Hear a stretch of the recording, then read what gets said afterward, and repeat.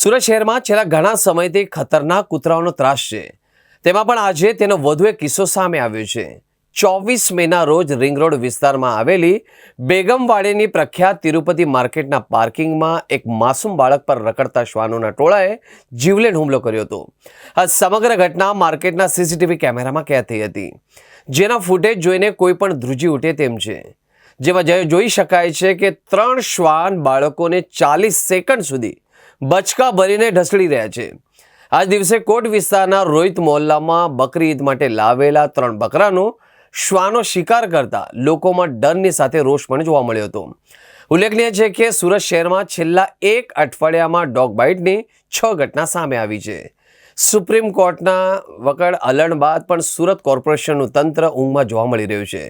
Tirupati માર્કેટના CCTV footage અનુસાર માસૂમ બાળક માર્કેટના પાર્કિંગમાંથી વિસ્તારમાંથી પસાર થઈ રહ્યો હતો. અચાનક 3 જેટલા હિંસક રખડતા શ્વાનોએ તેના પર તરાપ મારી.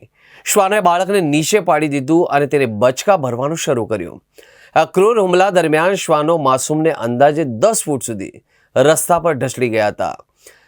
અસહાય બાળક પોતાની જાતને બચાવવા તરફડિયા મારતી રહ્યો અને શ્વાનોનો તેને સતત 40 સેકન્ડ સુધી ફાડી ખાવાનો પ્રયાસ કરતો રહ્યો.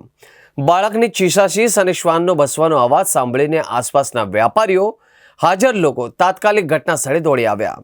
લોકોએ લાકડીઓ અને પથ્થર મારીને હિંસક બનેલા શ્વાનોને ત્યાંથી ભગાડ્યા હતા અને લોહીલુહાણ હાલતને બાળકને શ્વાનોના મોંમાંથી છોડાવ્યો. હુમલામાં બાળકને શરીરે ગંભીર ઈજાઓ પહોંચી હોવાથી તેને તાત્કાલિક સારવારથી નજીકની હોસ્પિટલમાં સારવારથી ખસેડવામાં આવ્યા છે.